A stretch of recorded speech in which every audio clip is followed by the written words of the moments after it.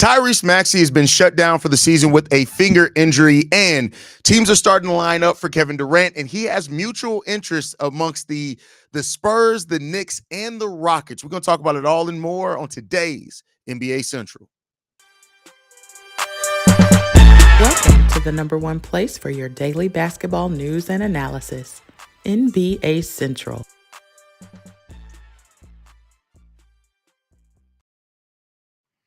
What's going on, NBA fans? Welcome to another episode of NBA Central, your number one spot for everything basketball related. I'm the host, Haize, but more importantly, you guys can follow the channel at NBA Central Pod on every social media platform we happen to be on. With that said, let's go ahead and get into this content for today, y'all. And I want to discuss Kevin Durant, right? And Tyrese MAxey. We're going to start off with Tyrese MAxey's injury. Just quick one here. It just adds to everything that's gone wrong for the Philadelphia 76ers this year. But Tyrese MAxey is now officially shut down for the rest of the season. It's only a handful of games left anyway, but he does have what was listed as a tendon injury in his finger, which is leading him to being shut down for the season. And this just goes to how cooked the Philadelphia 76ers have been this year, right? They don't own their own first round pick. They were not, they did not make it into the play-in tournament. Joel Embiid suffered a season-ending injury. He just got announced yesterday that he will be undergoing a knee surgery. He's done. We don't know exactly what his timeline is going to look like. Paul George was shut down. Now Tyrese MAxey. All the members of who were supposed to be part of your core three have all been shut down for the season. And when you add into that, you lost one of the bright spots that you had for your team in Jared McCain. He goes down as well. Jared McCain, who was on, a rookie of the year type run with the way that he was able to perform this year. But therein lies some of the problem for the Philadelphia 76ers. One of the problems for the Sixers is that Jared McCain was better on the floor than Paul George. Now, it's great that you got that, right? And that could be what's labeled as a black swan event for the Philadelphia 76ers, something that's just completely unexpected. Nobody expected Jared McCain to have the impact in the season that he did. Even when the Philadelphia 76ers drafted him, it was looked at as we'll see what this pick can bring, but he ended up being a bright spot for this team. Tyrese MAxey as well. MAxey stepped into a leadership role this season. We heard that when the thing was going on with Joel Embiid and in the locker room, Tyrese MAxey was one of the guys to kind of pull him to the side and talk to him, cause some conversation there. But what's going on with the Philadelphia 76ers? It sucks, right? And there's no real clarity for it. Is Paul George going to all of a sudden become a better player?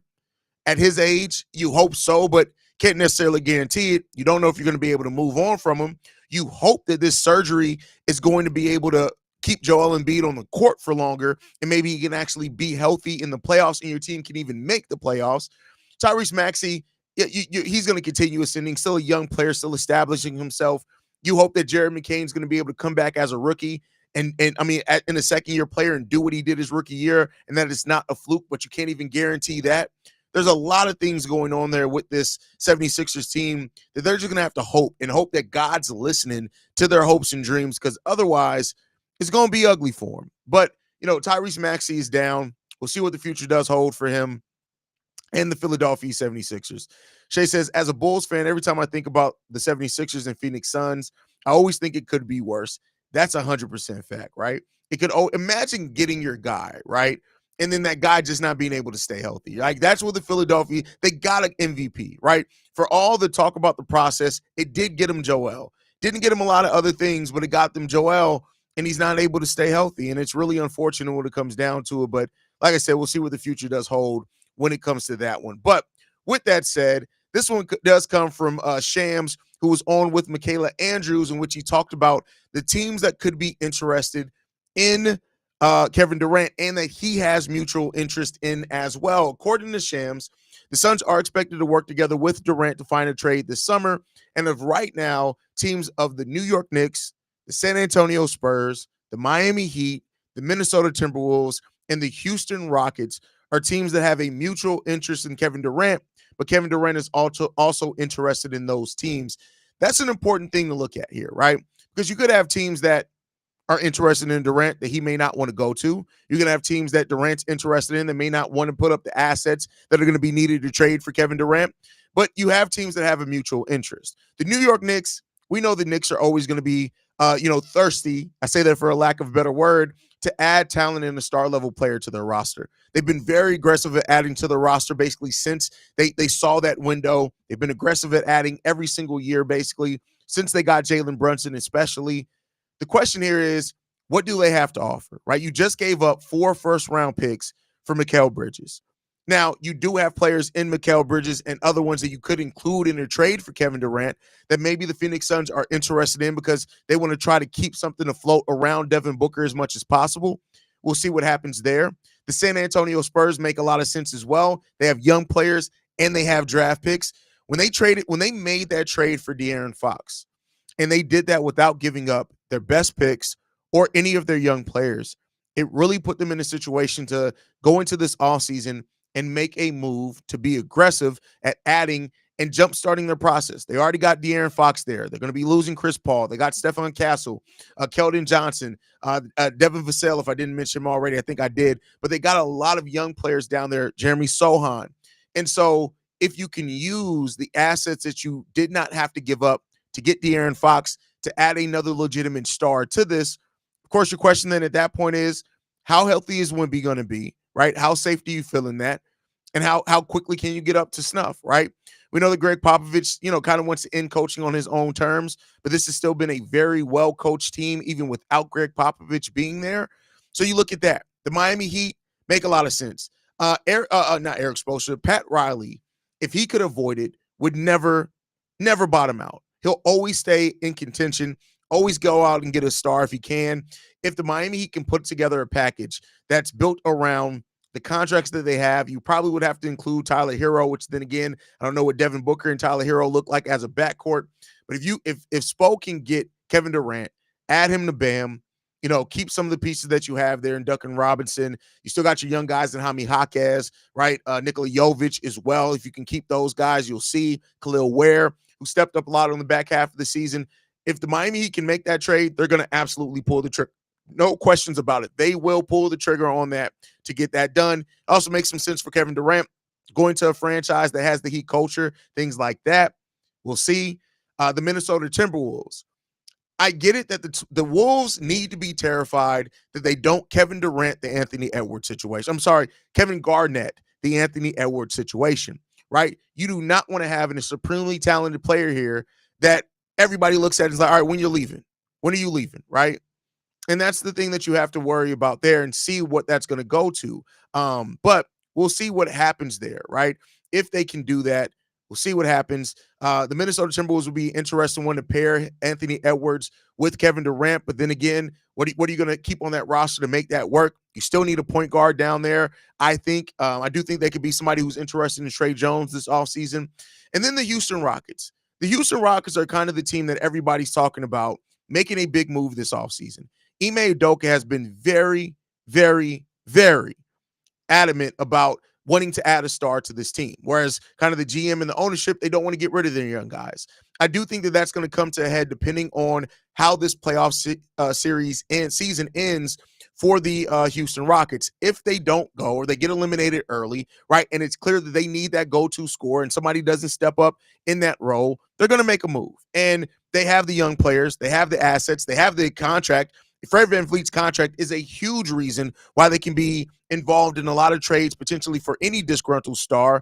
And it just comes down to that for them. How well are they going to do in a case like this? That's another question that you have to ask here. So we'll see what happens. Overall, I like this list of teams, all for different ways for Kevin Durant, and we'll just see how it goes. Josh, I don't know how KD would fit with Fox and Wemby. I think the Rockets make sense because they're doing they need a closing star because as good as Jalen Green is, he's not consistent on nights. I agree. I think the Rockets do make the most sense for Kevin Durant. We'll see if that ends up shaking out to that one, but we'll see. Wrong. The Knicks are always used as leverage to get better deals from other teams. Notice how the big names are always attracted. First of all, what are you saying is wrong? See, this is the thing when somebody wants to be right, they try to make somebody else wrong. What are you saying is wrong? I said they're always open for business, which they always have been, and they always have been open to making moves for talent. Let's not act like they have not struck out on trying to get talent before. They absolutely have. Talent is just told other places. Yes, the New York Knicks are also used for leverage, but let's not act like the Knicks haven't also tried to be aggressive about going out there and getting guys. They just haven't been able to get it done, or they get a guy like Carmelo, who then they're not able to really put something around to be successful. Come on, man. Let's be clear here. Like, if you're gonna say something's wrong, make sure you're talking about in the context of what the conversation actually is, more so than you just offering a variance of opinion, which is fine, right? Offering a different perspective, but let's get it together. Speaking of the Spurs, they could be getting Cooper Flag. If that happens, watch out. If the Spurs get Cooper, then I don't think they jumpstart that process, right? I don't think that they try to make a move that big, but we'll see, right? Now, the Spurs are going to need some lottery luck to get that done, but it's not like the Spurs haven't had it happen before. That would be a cheat code, right? If the Spurs were able to get Cooper and have Wemby there, that'd be ridiculous if that happens. That absolutely would be ridiculous. But they would not be looking to get Kevin Durant at that point. They're probably built organically over time. Let those two guys develop and see if Cooper Flag really is the player that everybody believes that he can be, and he's been kind of marked up to be as well. Josh, if the Spurs get Flag, there won't be a point to get Durant. I mean, yes and no, right? I think that you could still make a case that they could still look to move some of their other assets and young players to get it done, to then add a veteran there. You could make that conversation.